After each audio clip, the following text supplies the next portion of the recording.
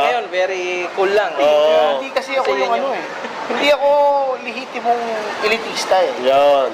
Masa ako. Ako yung typical na makikita nyo dati. Kung nakikita nyo ako ng kabataan ko, lalabas ako sa bahay namin nakashort. Walang damit, nakasampay yung tuwalya, walang tsinelas. Kasi sa kabila lang naman akong kali pupunta. Oh, yun yung ganun ako. Hindi ako yung parehas nung pag pumunta ako ng karerahan na hindi kayo makapagpa-picture dun sa house owner. Kasi intimidated kayo eh. Oo, dahil, ano yan? iba yung Ano itsura yan? eh. Oo, ano yan? Kaya ako, pag pumunta akong karerahan, saan ba ako pumapwesto? Oo, dun sa Diba, masa kayo, lang. Oo. mga tao, magpa-picture sa akin. Tangina, nagulat nga ako. Nung nagsimula may magpa-picture.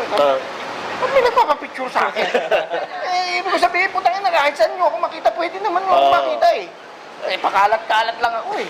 And then, tsaka iba rin kasi yung generosity yung pinapakita mo sa mga bayang kayarista. Oo. Bukod sa bayang kayarista, isa rin sa pagpapatunay magmula nung tumulong din siya dun sa marami. Boss, baka meron kang gustong batiin, Pero boss. masalamat lang ako sa lahat ng sumuporta.